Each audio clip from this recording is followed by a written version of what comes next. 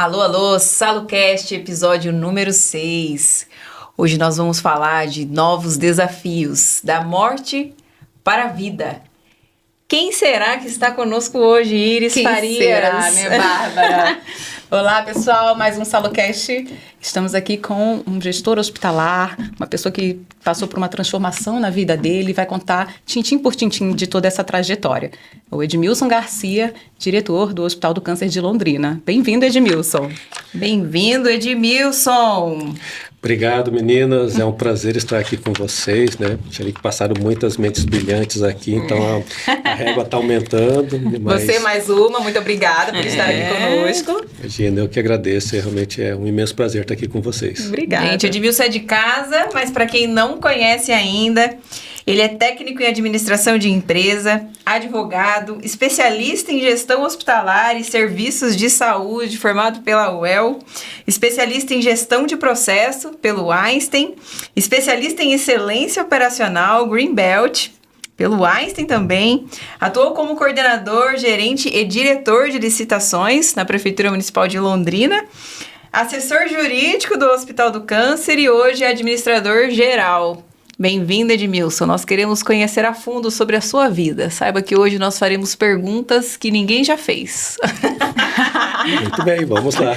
Acho que estou preparado, só que não. A gente nunca tá, sabia? É assim, até para nós estar sentada à sua frente, nessa posição de entrevistadoras, né, sabendo que você é o gestor, o diretor geral ali da onde a gente trabalha, no Hospital do Câncer de Londrina.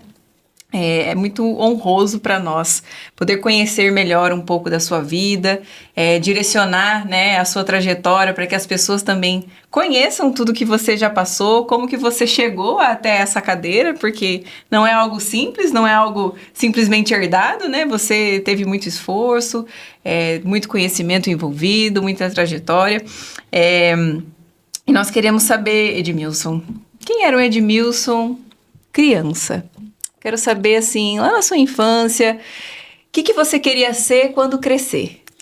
Vocês não vão fazer uma regressão comigo. Sim, você vai começar a chorar. Cuidado. O Edmilson criança sempre sonhou com essas profissões mais ousadas, como um piloto de Fórmula 1. Olha só. Alguém que sempre gostei de velocidade, adrenalina. Tá explicado. Pois é. E aí, com o passar do tempo, né, com 14 anos, eu já estava estudando linguagem de sistema. Eu fiz programação em COBOL, né? Peça rara nesse mundo, né, hoje. Não sei nem o que é isso, explique COBOL mais. é uma linguagem de programação de computadores. Ela é bem antiga, né? Assim, eu me falei de velho, agora falei que sou velho, né?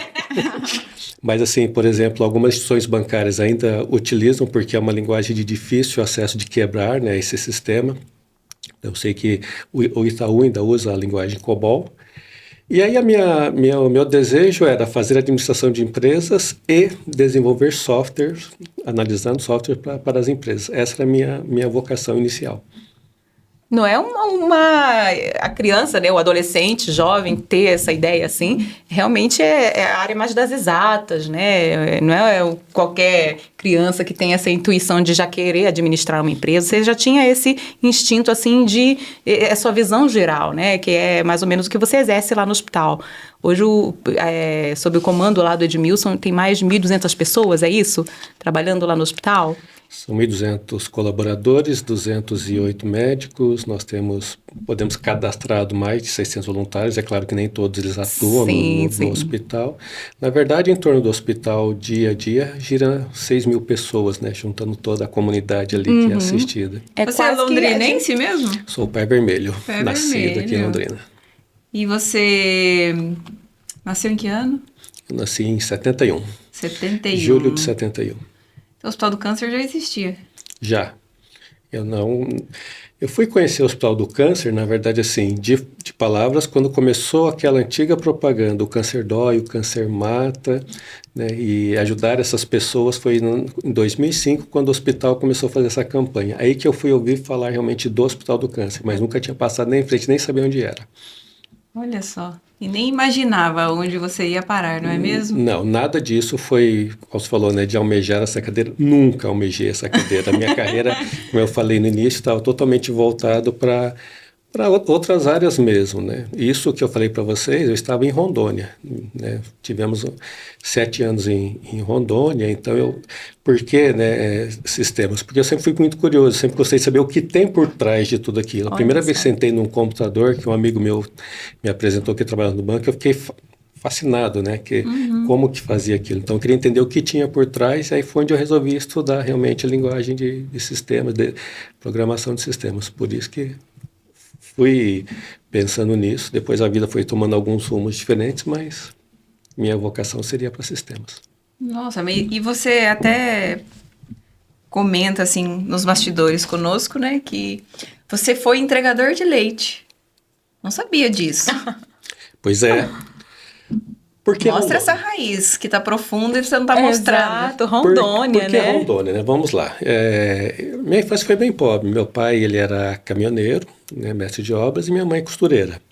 E meu pai sempre teve o sonho de ter terras, né, de ter um sítio, essas coisas. Ele foi criado no sítio, sempre. O sonho dele ele sempre falava assim: eu queria ter um sítio para ter o caldo de cana para fazer o açúcar, de ter o porco para poder ter a banha, então viver assim uma vida bem natural. Esse era o sonho dele. E quando conversando com outro tio meu que Rondônia era fácil de ter terra, essas coisas, surgiu o desejo dele de vamos tentar. E acabou que eu fui primeiro que eles, né? Meu tio me levou antes. E minha tia falou, não, lá é uma terra promissora, então você pode vir a trabalhar num banco, essas coisas todas. Eu, um menino de 13 anos, né? Ou trabalhar num banco, que naquela época era um status, né? Quem trabalhava em banco. Só que cheguei lá, a realidade era outra, né? Um menino de 13 anos trabalhar em banco, isso não existia. E aí surgiu a oportunidade então de entregar leite. O que eu fazia? Eu acordava às 4 horas da manhã, pegava uma bicicleta, andava 9 quilômetros para chegar numa fazenda, aquelas bicicletas cargueiras que as pessoas acho que nem conhecem mais, colocava 120 litros de leite nessa bicicleta, andava 9 quilômetros de volta e entregava na cidade, porta por porta, um litrinho de leite. E seu pai era mestre de obras? E meu pai era mestre de obras e então eles conseguiram sim uma terra, mas era algo naquela época muito difícil de acesso. Então se tivesse uma produção, uma safra, era até difícil de tirar. Tinha um morro lá que a gente brincava que nem sapo acorrentado subia, porque era um morro sem estrutura, então foi cada vez ficando mais complicado essa vida deles de se deparar também com algumas onça beirando a casa, aquelas coisas todas. Fala, não, isso não é vida não. Aí ele acabou vindo para a cidade, voltou para a profissão como mestre de obras. E aí... Você voltou, você já tinha quantos anos? Eu voltei em 92, então eu estava com 19 anos. E não foi para obra? Ele não te levava para as obras? Eu fiz a obra em casa com ele. Nossas casas, quem construiu e reformou era tudo nós. Eu, meu botou a mão na irmão e ele. massa. Né? Então, Olha assim, só. eu sempre botei a mão na massa com ele. Meu pai, ele sempre foi muito duro na nossa criação. Rígido, assim? Rígido. Assim, ele jogava o tijolo, se ele tivesse distraído, aí era na cara. Né? Então eu tô entendendo por que quando você entra nas nossas obras, você joga moedinha para ver se tá nivelada, né? Também. Né? E esse tipo de educação que meu pai me deu, na época a gente achava muito ruim, né? Mas hoje eu entendo que ele estava forjando um cidadão preparado para a vida, né? Ele não teve a condição de estudar, né? Ele estudou até a 4ª série, 5ª série, mas ele queria que a gente estudasse, que a gente... Né? Então, sabe aquela questão? Você quer ser alguém na vida, então... É isso, você quer trabalhar desse jeito, de uma forma dura, ou você quer se desenvolver mais? Eu estou descobrindo, porque eu sempre questiono isso, né? Eu vejo você, diante de todo o caos e dinamismo que é dentro de um hospital, você ter que ser resiliente, tomar decisões rápidas. Eu vejo que é difícil te tirar, né, do equilíbrio, ou seja, você foi forjado e já foi muito testado durante a sua vida. Não sei qual seria aí a responsabilidade do seu pai nisso, né? De você ter criado, né? Essa casca grossa. Essa casca grossa para que você conseguisse, né? Gerenciar todas essas suas emoções, porque, querendo ou não, você conseguiu controlá-las, né? Para poder unir as pessoas e trazer o melhor delas, né? Qual seria a participação do seu pai nisso? Meus pais têm total participação, né? A minha mãe é uma pessoa muito segura, muito equilibrada, né? Então, assim, se você olhar para mim e para meu pai, você vai ver a mesma pessoa. Eu um pouco mais velho. E algumas coisas vêm da mãe, que é aquela questão de ter uma cultura de financeira, de ter o equilíbrio, essas coisas tudo. Então, eles sempre me moldaram, né, dentro das suas possibilidades para isso. Então, a base minha foi a família. Então, eu tive uma família muito bem estruturada, uma família funcional, onde os valores foram ali me passados. Isso, então, Você tem irmãos? Tenho um irmão mais velho e uma irmã mais nova. Eu perdi meu trono de caçula aos 13 anos, né? Então, foi difícil. Veio alguém roubar meu... Mas essa também, né? Mas assim, né, são presentes de Deus na minha vida. Briguei muito com meu irmão, como todo mundo. Todo irmão, né? mais velho. Eu cheguei... Se esse equilíbrio que você falou hoje, eu não tinha na infância. Por exemplo, na briga com meu irmão, porta de casa lá tinha ela era quebrada porque eu bati o martelo para pegar ele. Eu taquei uma faca nele, a porta, ele fechou a porta, a faca ficou na porta. Então, assim, acho que a minha raiva, toda vez que eu descontei na infância, né? Faca. Taquei uma faca. Eu brigava com meu irmão também, assim, a última saída minha era subir na cozinha, pegar a faca e falar, agora vem. Quero ver. Aí daí acabou ali. Mas eu não tacava. Dia normal da vida de irmãos, né? Dia normal da vida de irmãos.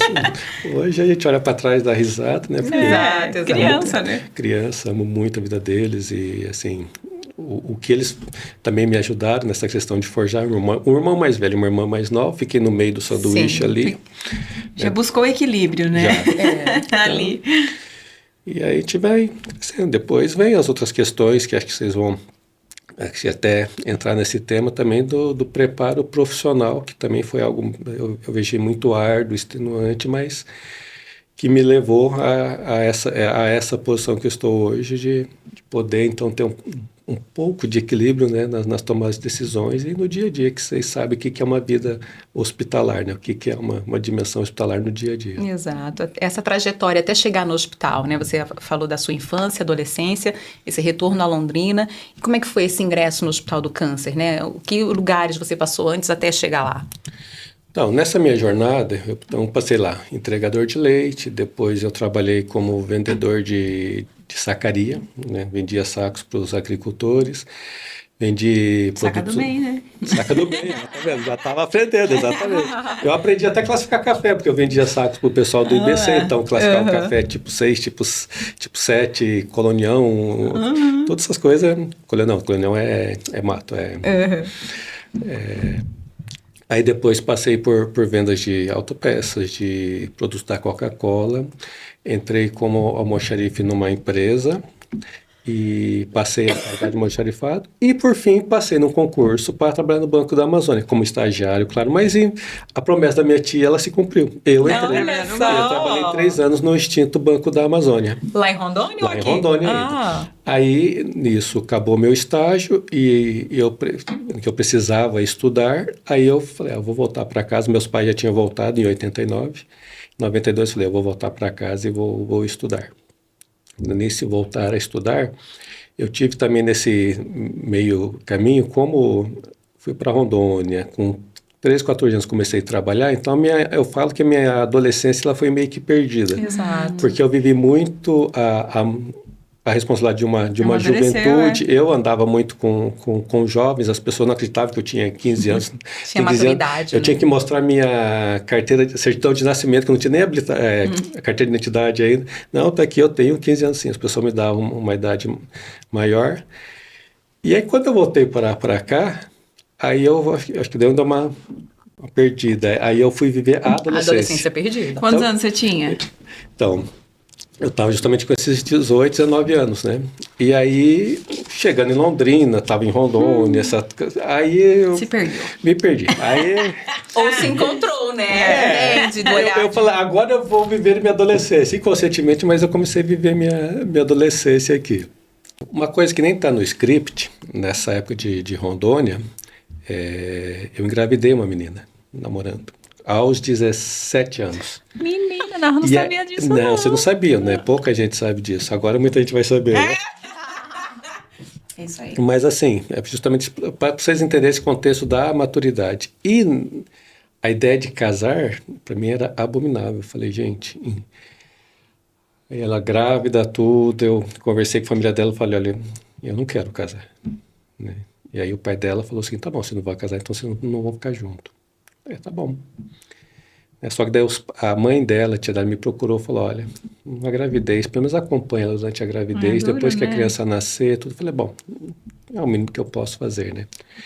E aí a minha ficha caiu no dia do chá de cozinha que ela fez, era um sábado, né? E aí falei, poxa, eu vou ser pai, né? Viver esse momento, eu tô assim desprezando, deixando de lado tudo isso. Falei, acho que eu vou curtir esse momento, né? Daí, junto lá com ela. E foi à tarde, aí à noite ela acabou tendo que ir para o hospital. Ela teve eclâmpsia. Nossa. Aí, Rondônia, estrutura precária, não fizeram o parto, resolveram aguardar, esperar. Ela teve novamente o eclâmpsia, daí minha filha nasceu natimorto, né? E ela quase morreu. Então, assim, foi um período também... Difícil. Isso mexeu muito com o cognitivo dela, ela teve crise de pânico, depressão, aquelas coisas todas. E aí eu fiquei com ela pagando esse preço também. Depois, por fim, ela acabou vindo embora para Curitiba e eu vim para Londrina, não acabamos nos separando. Mas tem esse episódio na minha história que também marca, né, traz assim, Lógico. o que é assim, tudo aquilo que eu passei, né? Foi um choque, né? Talvez da sua adolescência para, tipo, ó, a vida é real. Uma experiência de saúde, com uma área da saúde ruim também, né? Que demonstra toda a questão das precariedades do SUS, ainda mais no norte do país, a demora no atendimento, pré-natal, Exatamente. muitas questões, né? E o desfecho lá no final, eu conto o desfecho da história toda aqui. Como que a transformação, como que a gente é moldado para aquilo que Deus está preparando nas nossas vidas, né? Então,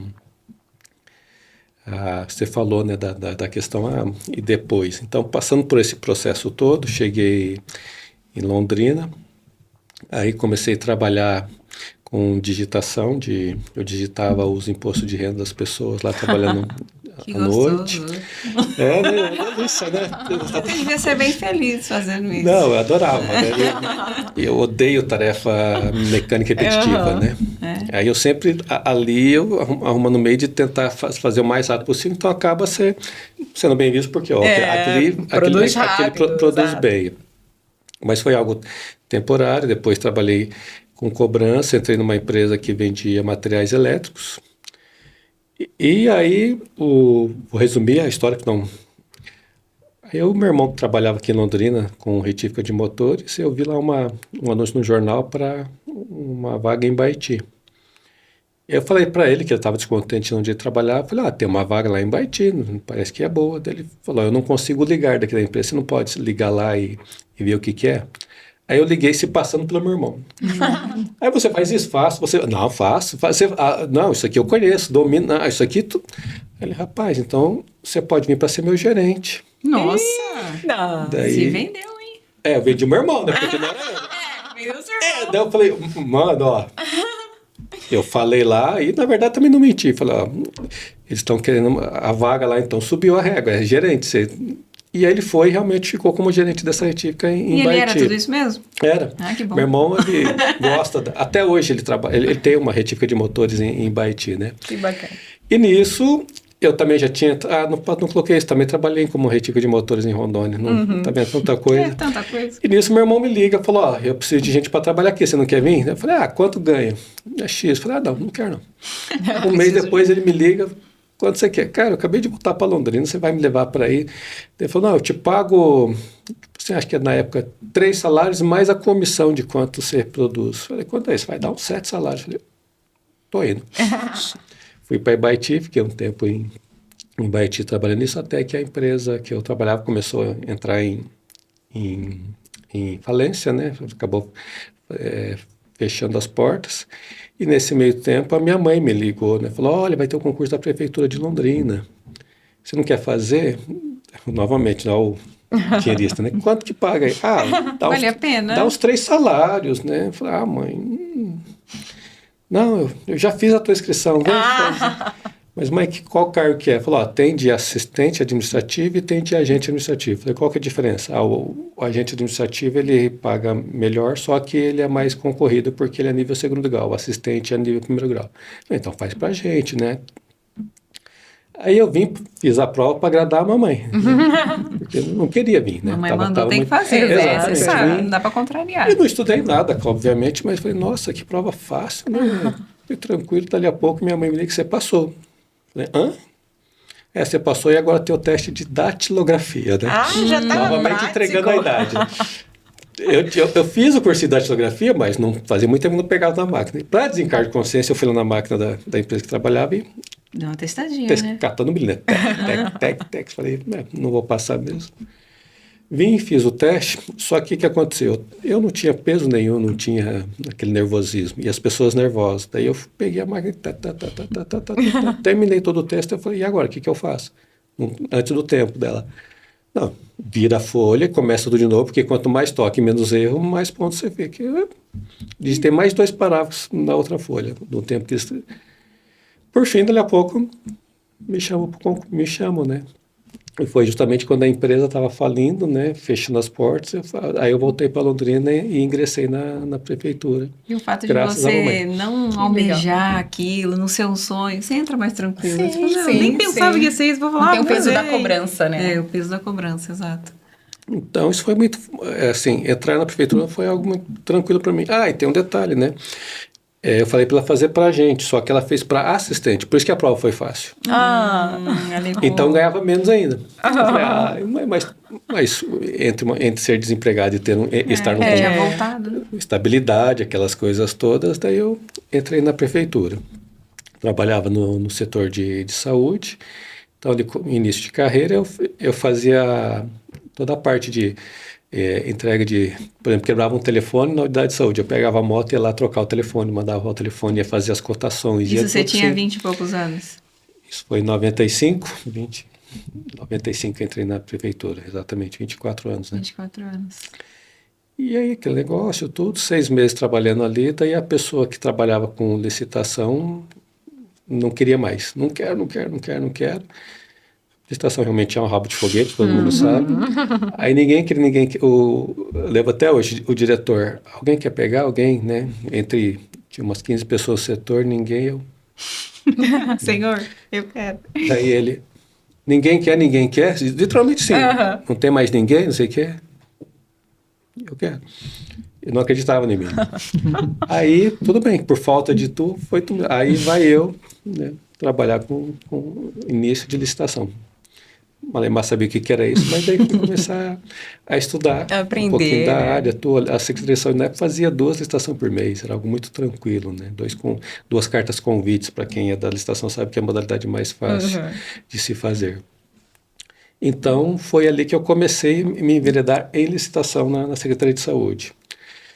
E aí essa história, aí é uma vida que tem bastante história, porque daí eu comecei a gostar do tema, aquele negócio de fazer a coisa bem feita, sou muito perfeccionista, então fazer as coisas bem feitas, comprar sempre da melhor forma, então dei muito murro em ponta de faca, porque sempre fala, a licitação é menor preço. Não, ela é menor preço dentro da maior qualidade, da melhor qualidade. Eu sempre, por isso, arrumei muitas encrencas. Quebrei alguns cartéis ali, de oxigênio, de materiais médicos hospitalares. Fui perseguido. Fui odiado. Você já era forjado, foi de boa para você ou não? Foi algo assim que ainda precisava moldar? Não, ali eu estava sendo moldado para isso. Porque assim, fui aprendendo aos poucos. Aí a formação em direito veio justamente de uma briga com uma advogada. Ela chegou de uma forma muito petulante lá e falando, eu quero isso, me dá isso, e quero isso aqui e tal, e quero para amanhã. Nossa, abusada ela. E aí daí o espírito espanhol entrou, falei, olha, então você vai fazer o protocolo daquilo que você quer, tudo verbal. Aí você vai fazer o protocolo daquilo que você quer, tudo certinho, mas eu não trouxe, não sei o que. Eu falei, não, tá bom, tá aqui, ó, papel e caneta, você pode fazer o seu pedido. Ela fez o pedido, eu protocolei, falei, daqui 15 dias você volta. Eu falei, eu preciso disso para amanhã, eu preciso fazer o recurso, o meu prazo é 2 dias. Falei, então, a lei fala que eu posso te responder em 15 dias, então é nesse prazo que eu... Por que não chegou 15 dias antes, senhora? Então, aí ela começou a esbravejar tudo, e eu bem assim, aquele... Firme, né? Pleno. Firme, pleno e assim, bem sarcástico, Convicto, vou dizer assim, né? Aquele, sabe aquele... Bem decidido, porém com as pernas bambeando, né? E daquele jeito, né? Eu poderia fazer, poderia, mas ali eu fui bem burocrático, bem burocrático mesmo. Até que por fim ela, moço, por favor, eu preciso disso, eu preciso do prazo. Se eu não conseguir isso, tal. Aí nesse momento falou, você é advogado para estar falando isso? Não, eu não sou advogado, mas eu entendo as leis, tal, porque é da minha área. E aí a hora que ela se recompôs, ela pediu com toda a educação, eu falei, tá bom, eu fui lá, tirei a cópia que ela queria, tá aqui, moça. Eu falei, sabe uma coisa? Eu vou estudar direito, porque eu vou para o embate de igual para igual. Foi aí que eu resolvi, então, estudar. Né, tinha ficado um tempo sem estudo, e aí... Tinha vocação para direito? Não, mas a licitação me despertou esse desejo de me aprofundar, né? Então as pessoas falavam, mas você vai fazer direito só para direito administrativo? Eu falei, é que eu gosto de fazer. Até que meu TCC, tudo foi voltado dentro do direito administrativo.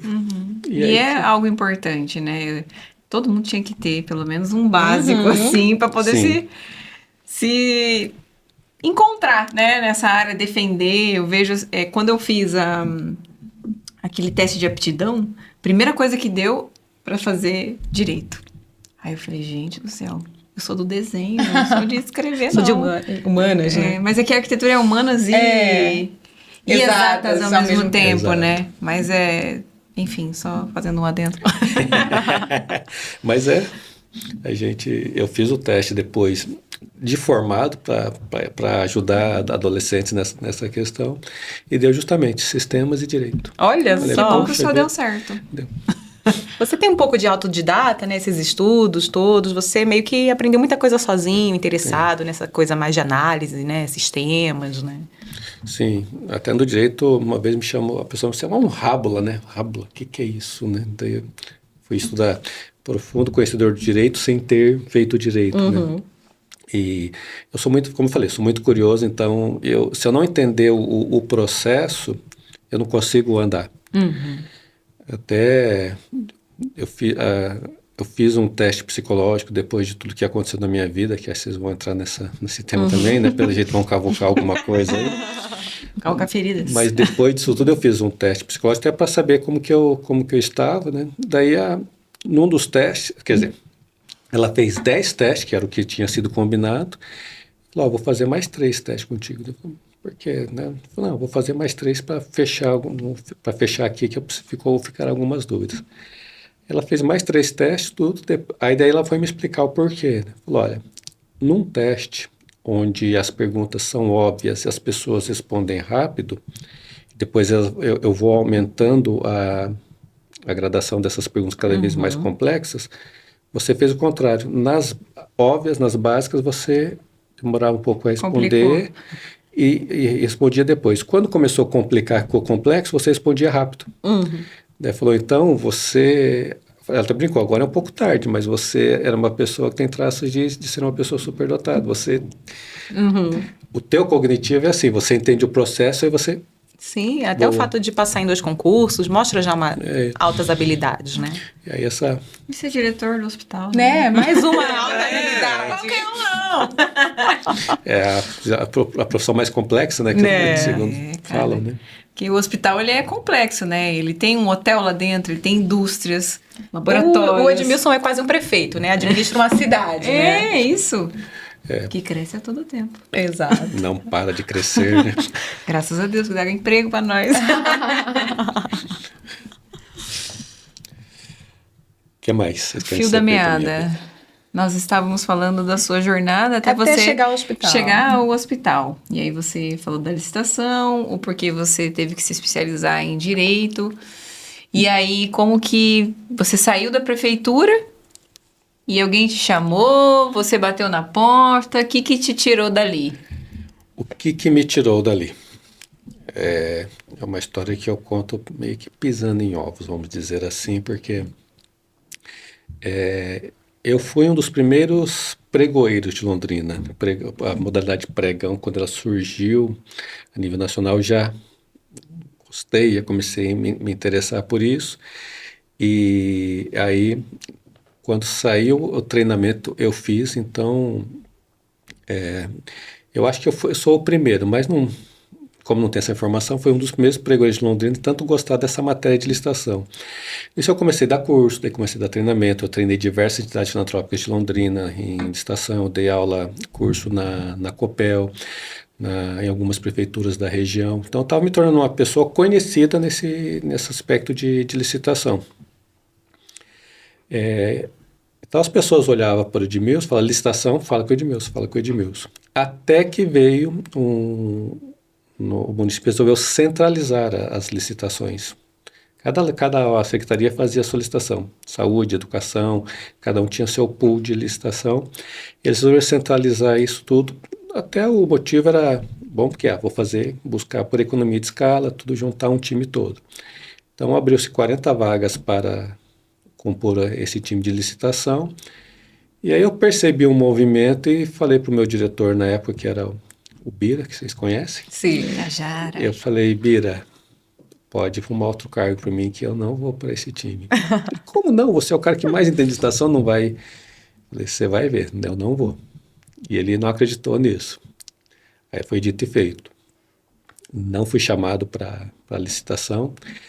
E aí que tem aquela questão, né? Como que a pessoa que, digamos assim, é um dos que mais entende de licitação dentro da prefeitura, não é colocado no cargo?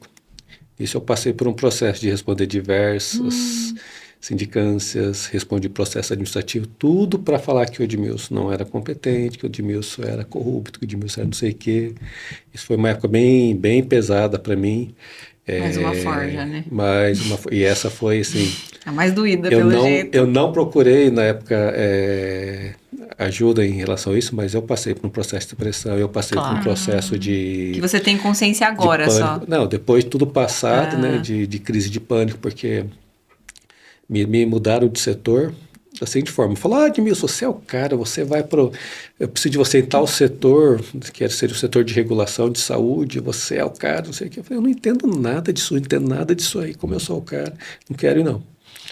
Chamou de novo, não, eu não quero ir para esse setor. Na terceira me falou, ou você vai perder seu cargo, porque pedir a sua cabeça de novo. Porque os processos chegavam para mim, eu validava ou não, e o não validar dava encrenca. Então, aí fui eu para o setor então, que fazia a regulação dos hospitais. Foi quando, aí na minha experiência, né, de licitação, de direito, então a contratualização dos hospitais de Londrina fui eu que fiz, inclusive a do Hospital do Câncer. E na época, quando começou uma legislação que determinava que as instituições filantrópicas tinham que licitar também. Isso é algo muito pesado para uma instituição filantrópica, que não tem essa estrutura. E o Hospital do Câncer tinha 2 milhões de recursos na época e precisava fazer uma licitação. Pediu ajuda para outros entes, não conseguiu, eles iam devolver o recurso, porque não conseguiam licitar. Demandava uma licitação internacional, tudo. E aí a Mara já tinha pedido, né, a número 1 do podcast, né? Ela havia pedido ajuda para o Bira e o Bira falava, não. Bira estava na prefeitura Bira também. Estava na prefeitura, era meu diretor. Falava, Mara, eu não sou essa pessoa, a pessoa é o Edmilson, mas a Mara não, eu não conheço Edmilson, eu quero você. Aí na terceira vez que ela falou, e aí quando ela me conheceu, justamente no embate de uma negociação de contratos, prefeitura, saúde, ela me conheceu e ela brinca, ela fala, esse cara é bom, eu não consegui vencer ele, então vou trazer para o meu time. Né? Quando ela me chamou, eu estava terminando minha graduação. E eu falei, Mário, eu não posso trabalhar aqui no Hospital do Câncer, mas por quê? Falei, porque eu estou no órgão que audita o Hospital do Câncer, então está em incompatibilidade, então eu não posso. Aí me veio uma luz, falei, poxa, eu estou terminando direito, ela é formada em direito, é advogada. Eu perguntei na prefeitura se, como estagiário, eu poderia ir para trabalhar no Hospital do Câncer. Aí, pode. Falei, Mário, se você me aceitar como estagiário, eu vou. Dela, mais do que nunca, né? Ela estava pensando numa mão de obra que poderia ser caro para o hospital, e vai um estagiário, né? Excelente. Então, foi assim que eu comecei minha atividade no Hospital do Câncer. Então, na época, eu fiz a licitação hoje, que é da Isso em que da ano? radioterapia, 2007.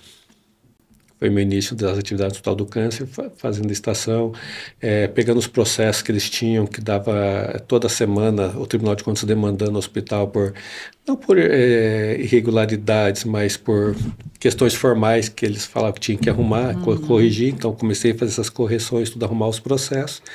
E conseguimos então trazer o equipamento de bracterapia, toda a rede de teleterapia. Então foi uma licitação internacional, que isso trouxe até um alento para a Mara, porque daí nós fomos brigar de igual para igual com essas empresas.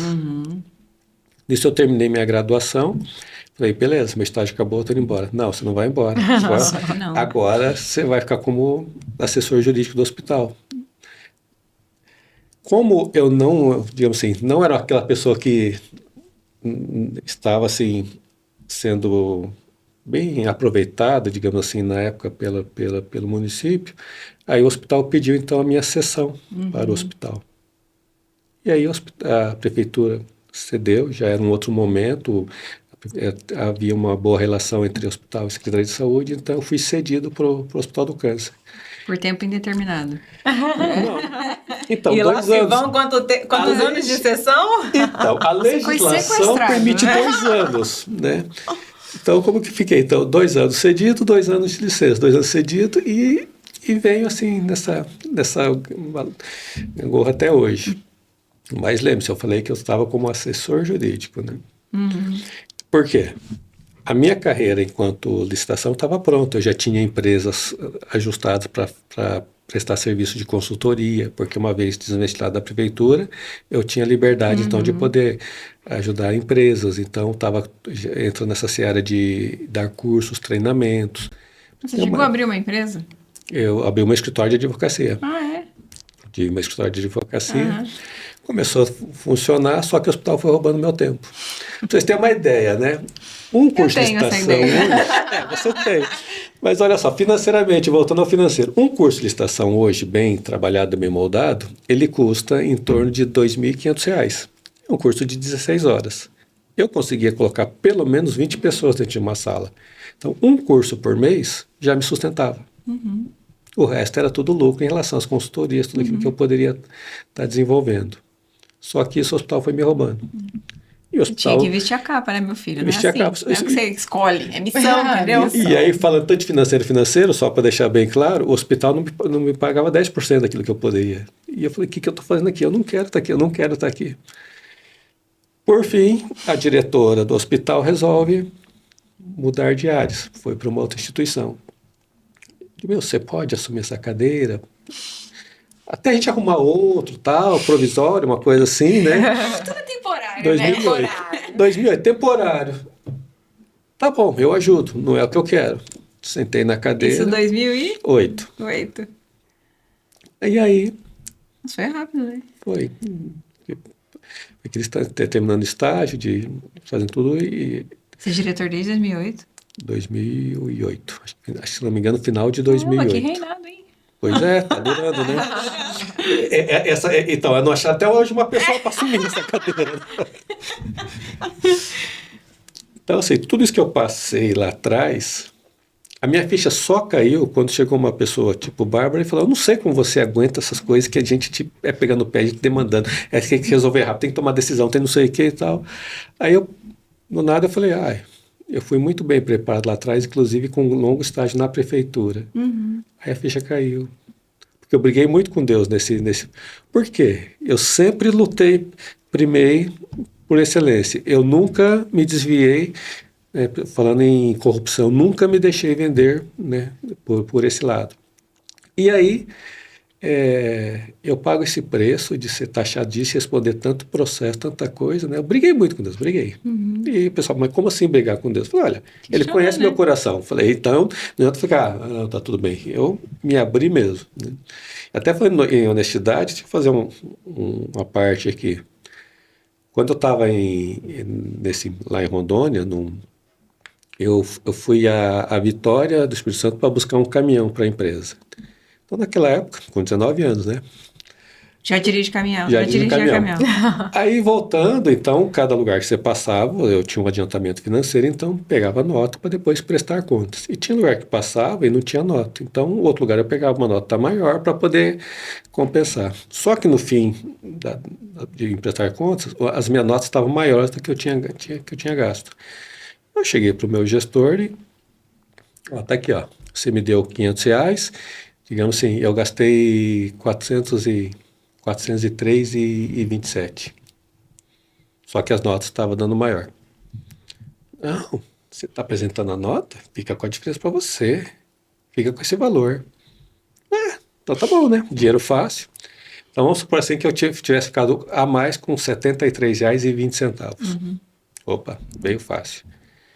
Aí, naquele dia eu saí, fomos arrumar um negócio em casa lá e eu fiquei num coco, tá saindo assim, tinha muito coco em frente de casa. E aí caiu a parede que tinha pregos na minha perna. Rondônia, estrutura precária. E aí foi onde? Numa farmácia para cuidar ali. Quanto que eu gastei? R$ 73. E 20 centavos. Meu Deus! Aquilo eu entendi. Olha, nunca mais. Eu me emociono quando falo isso, porque nunca mais eu vou pegar um dinheiro que é alheio. E aí eu entendi, né? Prefeitura. Aí você vai ligando as coisas. Sim. Porque essas lições de vida, né, porque se eu soubesse que eu entrasse numa vereda de levar vantagem, Sim. ali era uma seara muito farta. Eu recebi muitas ofertas. Num voo, eu conversando com o senhor, tudo, ele falou, prefeitura tem precatório? Eu falei, tem bastante e tal. Você não me ajuda com os precatórios? Eu falei, ajudar como? Não, se você abrir as portas para mim. Aí ele pegou uma caixa de sapato, abriu assim, ó, cheio de dinheiro. Isso aqui é uma Cherokee que eu estou levando para um rapaz que me ajudou nos precatórios. Então você imagina, se eu não tivesse uma base sólida, Nossa. e era uma coisa que era só facilitar a vida para ele.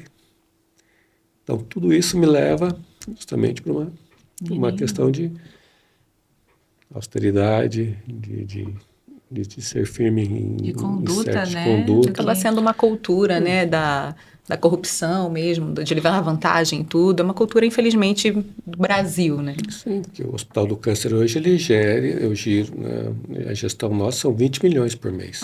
Imagina Nossa. você. Pesado, né? Mas é para se refletir mesmo as escolhas. Né? A gente às vezes fala, né? Ai, olha só o jeito que a minha vida tá. Mas até que ponto você é responsável, né? De tudo que você passou? Porque cada um encontra as suas dificuldades, as suas pedras no meio do caminho. E não vai ser todo momento que a gente vai fazer a escolha certa. Nós vamos quebrar a cara e escorregar no coco, né? Exatamente. Isso acontece. E a gente vê, assim, eu não conhecia realmente esses pontos de forja na sua vida. E o último que você passou também foi pesado, né? Até, assim, quando a gente iniciou esse projeto, que a gente, né, chamou a Mara para falar de gestão e toda a história que ela tem em relação ao Hospital do Câncer. Na sequência, veio também 2 pessoas que passaram por dificuldades, né? Por alguns acidentes que nos comoveu muito e trouxe a gente para uma realidade. E aí, para unir esses pontos, eu falei, nossa, tem uma pessoa que une tudo isso, né? Gestão com a parte inesperada, vamos dizer assim, uma transformação, uma verdadeira forja, que é o seu acidente, né? Que a gente fala, né? Da morte para a vida. Depois de tudo isso que você passou, que você entrou no Hospital do Câncer, parecia que tudo estava se estabilizando, nossa, agora, né, vai dar certo.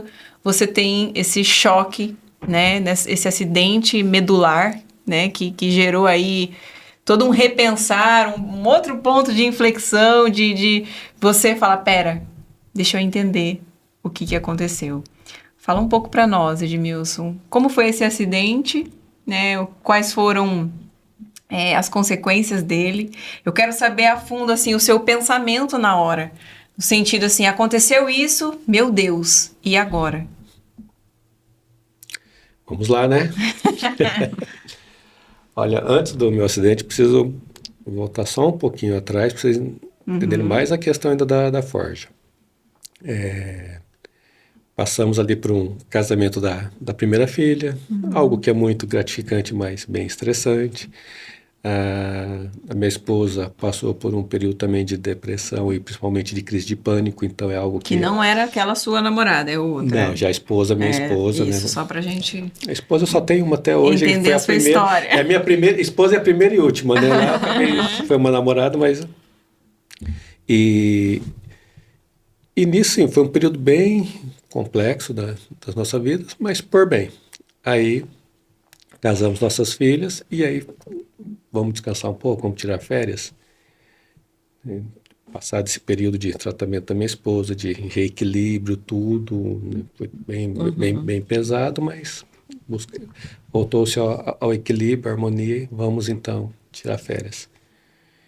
E aí, como estava também muito tempo sem férias, aí eu até fracionei, fiz uma viagem, foi até de navio, porque eu falei, eu vou no navio porque não tem telefone, não tem nada, eu preciso me desligar. Sem Wi-Fi. Sem Wi-Fi, fiz questão de não pagar dentro do navio. Isso é uma boa, nada. viu? Obrigada por essa dica. Uma boa dica. É excelente, porque eu não, pelo navio você consegue pagar para ter uso. Falei, não quero. Não quero.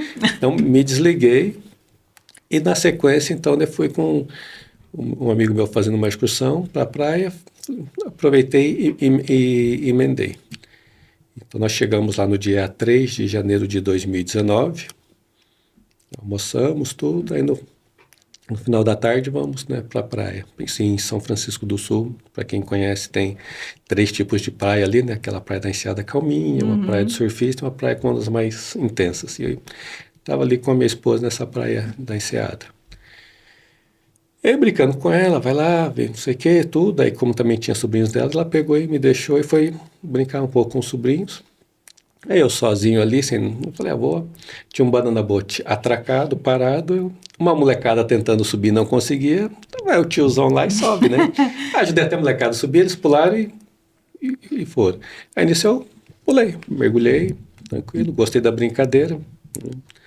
Só que daí teve um momento que eu não sei se a banana boat veio mais pro raso, ou se eu peguei um banco de areia, no que eu pulei, eu dei de cara literalmente na areia. Eu quiquei, fiz assim, 2 pancadas. Ah, você chegou a bater Bati a cabeça. Foi a pancada e uma marcona na minha testa. E aí, com aquela pancada, né, deu um tilt ali, mas eu olhei o meu braço pendurado. Meu primeiro pensamento, né? Embaixo da água. Né? Não tinha nada aqui para eu pular para decepar meu braço, porque meu braço não sentia meu braço, né? Decepou meu braço, mas não tinha nada para decepar meu braço nisso. Aí que eu fiz, nossa, tô tetraplégico. Não consigo movimentar nada. Já nesse Não era só o instante. braço, era tudo. Tudo, parou tudo, travou. Aí ninguém tá me vendo aqui não, só que, poxa, tanta gente, ninguém tá percebendo que eu tô aqui me afogando. Sim, milésimos de segundos, né? Deus, é assim que eu vou embora? Então tá bom. Perdoa meus pecados E amém, né? a luz branca. Paguei. 40 minutos depois de um homem me beijar intensamente. Que gostoso! Que é ótimo. Um anjo. Eu volto, né, a vida mas foram 40 minutos Meu Deus. de parada cardio. Eu imagino a Eliane, a sua esposa, nesses 40 minutos de ressuscitação. Nem sabia que ele estava ali. Minha mulher, assim, ela viu que o movimento, tudo, né? Aí ela olhou, aí pela roupa ela... Viu que era você. Meu marido. Ela teve uns 7 desmaios, síncope, né? E aqui aconteceu o seguinte, né? Algumas das pessoas que estavam perto, principalmente o pessoal do Banana Boat mesmo, falou, não vai voltar. Puxou essa pessoa que estava fazendo a manobra de ressuscitação. Ele não vai voltar, para. Ele puxou ele assim, de uma forma assintosa, ele me deixa, eu vou até o final aqui. Aí depois que a pessoa foi meio agressiva com ele, ele levantou, ele deu um murro nessa pessoa. Você lembra disso ou não? Não, tá. Isso, as pessoas contar. eu tive a oportunidade de, não conheci ele, mas de achá-lo nas redes sociais, então troquei conversa com ele. E também passava um casal de médico ali, e essa médica, a hora que olhou para lá, falou, ninguém se afoga num lugar desse aqui. Olhou na testa e falou, tem lesão aqui. Aí ela se ajoelhou, Olha isso, né? travou Qual a minha... é a probabilidade? Não, não existe coincidência, né? Propósitos. Aí ela se ajoelhou, não deixou mais fazer movimentação só em bloco. Porque normalmente na estação faz aquela massagem, vira do lado para tirar água, não deixou movimentação tudo em bloco. E aí quando eu voltei, o pessoal estava pedindo ambulância e levar para uma UPA, aquelas coisas todas. Eu falei, não, ele não vai embora daqui de ambulância, nem muito menos para a UPA. Daí o cara falou, você quer que eu faça o quê? Que eu chamo um avião? Eu falei, não, o helicóptero mesmo serve. Ele falou, ele só sai daqui para um hospital especializado, tá? Não deixou entrar numa ambulância, porque na ambulância provavelmente... Eu não falei, né? Mas na pancada eu fraturei, quebrei o pescoço na C3, na C4, na C5 e uma lesão na C3. Eu tenho uma lesão. Eu sou um tetraplégico que anda, mas o pessoal fala, como assim? Tetraplegia. Tem uma escala chama de AIS, que vai de A até E. Então eu sou um tetraplégico AIS-D. Porque o D é aquele que ficou sem nenhuma lesão. Eu tenho lesão. E então todo esse aparato aí de me levar para um hospital, tudo, com todos esses cuidados, foi que permitiu que a minha lesão não se agravasse, porque qualquer movimento ali em falso, eu provavelmente estaria aqui hoje numa cadeira de rodas. Foram se tivesse. Vários anjos ali para tomar decisões, né? Desde o cara que te viu, te socorreu, até a movimentação e helicóptero. Então, essa pessoa que me viu, ele mora em Joinville. Joinville, São Francisco é pertinho, mas com o trânsito demora 3 horas, 2 horas, porque é intenso. Então, no domingo, meu acidente foi no domingo. Meio-dia ele vai embora, porque não pega trânsito pesado, então ele não fica lá tarde. Meu acidente foi às 5h30 da tarde, ele ainda estava lá. Ele falou, não sei por que eu estava aqui. Ele estava longe, cerca de pelo menos 150 metros de distância. Nossa. Ele que estava olhando, observando ali um senhor de meia idade brincando ali no Banana Boat. E por que uma pessoa vai ficar... Focada, ele né? é hétero, tá? Senhor casado, com filhos, tá? Só para deixar bem claro. Por que ele vai ficar olhando para uma pessoa lá e do nada ele... Ué, cadê? Começou a procurar, tudo. Mas assim, do nada ele resolveu ir lá perto. Porque, segundo ele, isso passou mais de 3 minutos. Eu embaixo da água. Por que uma pessoa vai fazer isso? Né? E ele fez.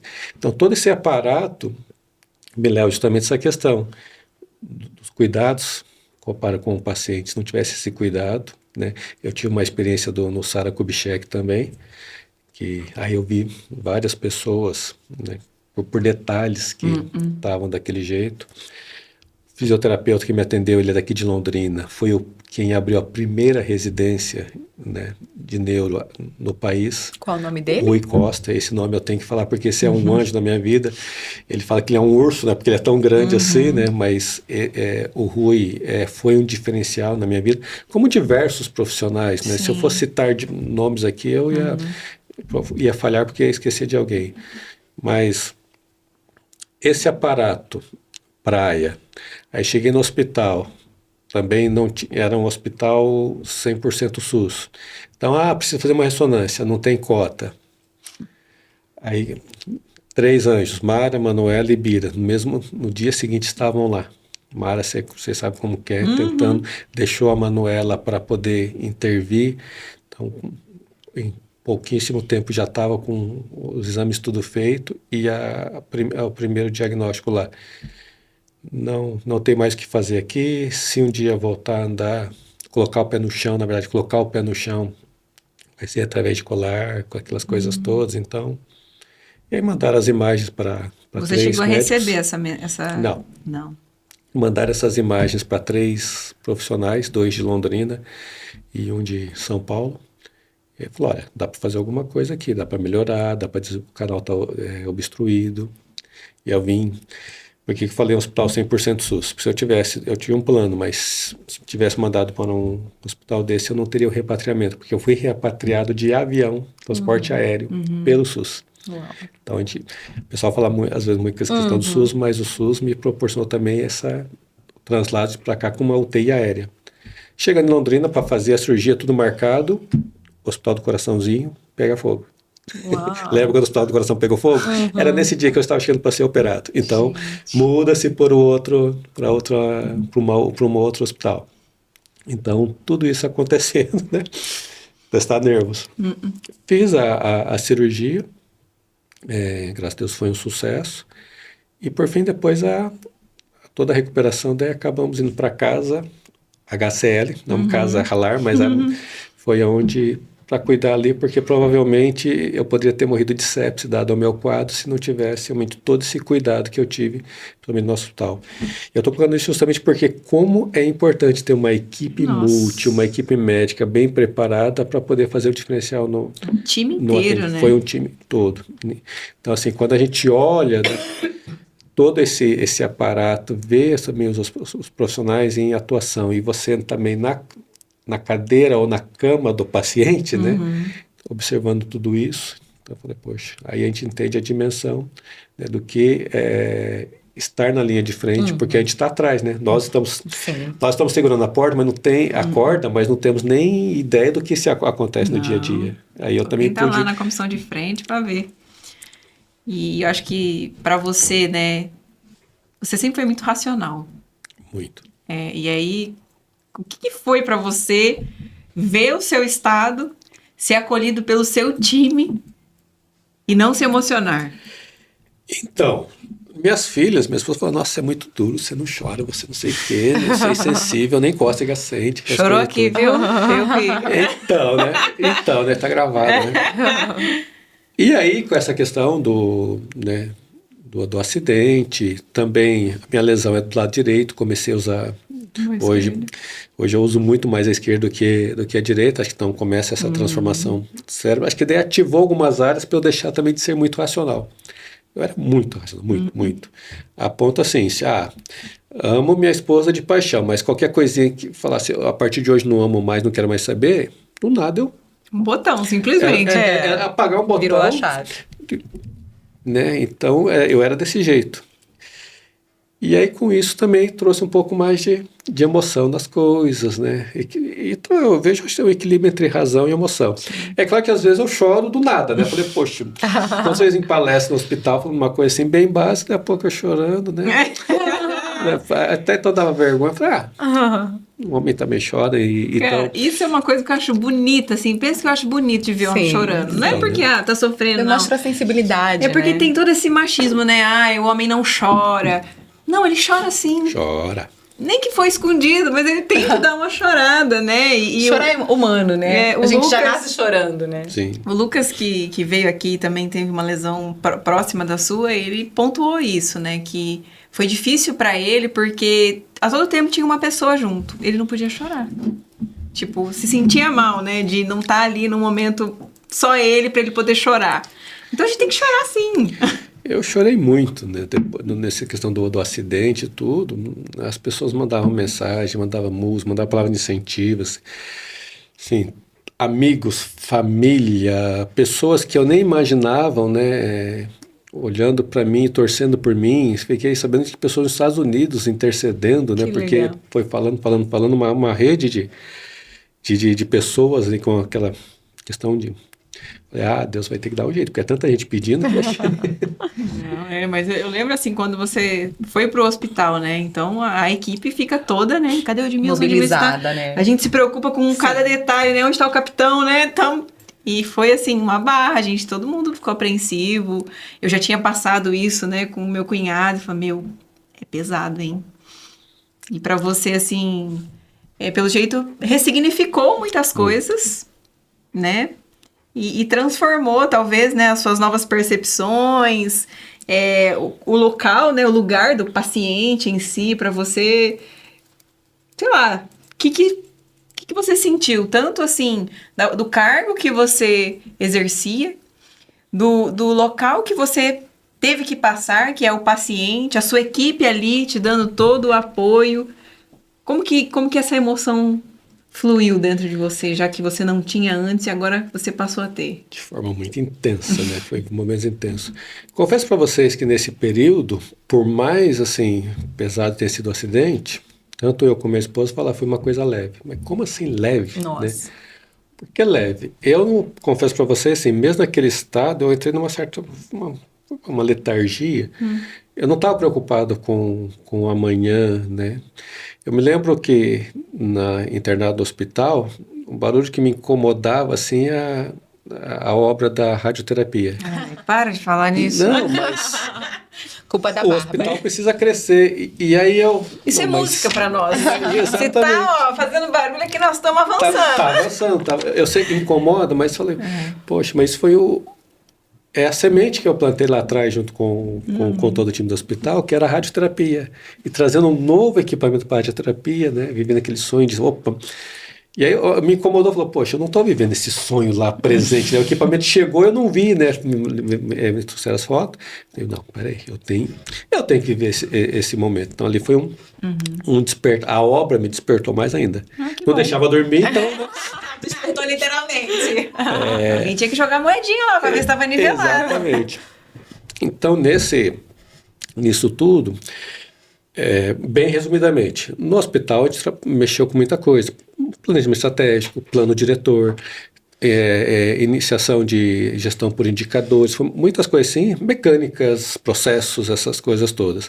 E aí faltava também essa questão do elo mais forte do hospital, que é a questão da humanização. O hospital sempre foi muito humano, ele sempre foi tem essa visão de humanização. Então, se eu vou para aquela questão de ser tão sensível com todas as demandas, eu não consigo administrar porque eu vou adoecer. Exato. Se eu sou insensível com as demandas, eu acabo não olhando. Então isso me trouxe mais ainda o equilíbrio. Uma coisa que eu falo que é a inspiração divina é que dia a dia cai na minha mesa, tem que aprovar isso aqui. O SUS não paga. E aí, se eu aprovo tudo, eu quebro o hospital. Se eu não aprovo, tem uma vida que vai pagar o preço. E até hoje, Deus, não posso falar Deus não me deixou errar. Porque assim, se eu não aprovo, aparece uma solução. Se eu aprovo, é porque precisava daquilo. Então, provavelmente eu chorando. Porque... Eu tô adorando. É Deus, né? Tem É que Deus. entregar. Sim. Eu acho que se a gente pensar que nós temos o controle e que sabemos resolver tudo que é colocado na nossa mesa, a gente vai quebrar a cara. E Deus nos capacita a todo instante. E é quando o coração, né, não é nem a razão. Desliga o ruído e sente. E eu acho que saber que você está sempre em conexão e saber que você é um grande líder, né, dentro dessa instituição é muito gratificante. Nós estamos encerrando o nosso podcast. Tem muita história. Acho que não vai ser uma vez só que você vai vir aqui. Verdade. Porque faltou muitas perguntas pra gente fazer, né, João? O João quer saber. E Edmilson, esse é um tijolo, esse é um símbolo que nós temos aqui, porque nós estamos sempre construindo saúde. E o que você trouxe aqui hoje foge, né, de tudo que o pessoal talvez achasse que você fosse falar, que é termos técnicos, liderança. Não, nós entendemos quem você é, o seu grau primário, né, o ser, antes de fazer. Porque o fazer a gente vê lá dentro do hospital, as pessoas já têm uma noção de tudo que você faz. E por trás, né, de tudo isso tem um CPF, tem uma pessoa, um ser humano que tem sentimentos, que pode chorar sim. E foi muito bonito ver o seu relato, né, de toda a sua trajetória. E nós queremos que você assine esse tijolo para nós e deixe uma mensagem para todas as pessoas, né, que vivem nesse universo e que também assistem nós porque precisam, né, entender o que é saúde de verdade. Não é só hospital, não é ficar doente, é algo muito mais abrangente, né? Diga para as pessoas qual é a sua mensagem para hoje. Bom, vou dizer o seguinte, né? A Bíblia relata, né, que eu acho bem interessante, que ela fala o seguinte: sabemos que todas as coisas agem para o bem daqueles que amam a Deus e cumprem os seus propósitos. Então é nesse cumprir de propósito que eu me enxergo. Como eu falei, eu não queria estar nessa cadeira, eu não briguei por essa cadeira, não queria estar nessa cadeira. Deus me colocou ali e hoje eu vejo que eu estou numa missão, né? Então, assim, apesar de toda a gravidade do meu acidente, apesar de todos esses percalços, eu vejo assim, que Deus construindo uma história para cuidar de vidas. Eu me vejo hoje cuidando de vidas. E cuidar de vidas, né, é necessário primeiro cuidar da gente mesmo. Sim. Então, por isso que eu sempre falo, nós somos alma, corpo e espírito. E a gente cuida muitas vezes do corpo, mas não cuida do espírito e não cuida disso aqui. As pessoas têm muito preconceito com a saúde mental. Onde já se viu procurar um psicólogo, procurar um psiquiatra, não estou louco. Mas a saúde mental ela é essencial, principalmente nesse processo que eu passei, os pacientes oncológicos passam. Você sabe que o mental ajuda muito no tratamento, então cuidem. E saiba alimentar aquilo que é correto. Um negócio assim parece meio cômico, mas se o seu cônjuge está querendo sexo, não adianta você fazer um jantar para ele. Não vai resolver. Porque a necessidade dele é física, não é emocional. Então aprenda a alimentar o emocional, a alimentar a alma, alimentar o espírito, e aí você traz o equilíbrio. Tivemos personagens, por exemplo, Elias na Bíblia, que pediu para morrer. Deus foi lá, o alimentou e devolveu a vida para ele. E para mim o maior exemplo de todos os líderes de liderança é Jesus. Ele passou por um processo tão extenuante que ele suou sangue, alto nível de estresse, mas ele venceu. Então se apoie nisso e você também vencerá. Muito Que lindo. lindo. Obrigada, Edmilson. Imagina. Uma lição e tanta estar com você hoje. Obrigada, Edmilson. Que a sua vida continue sendo abençoada, independentemente das forjas, que eu tenho certeza que tudo que você faz é uma grande missão. Com certeza. E nós queremos brindar a Brindar. sua vida hoje. Saúde! Saúde! Saúde!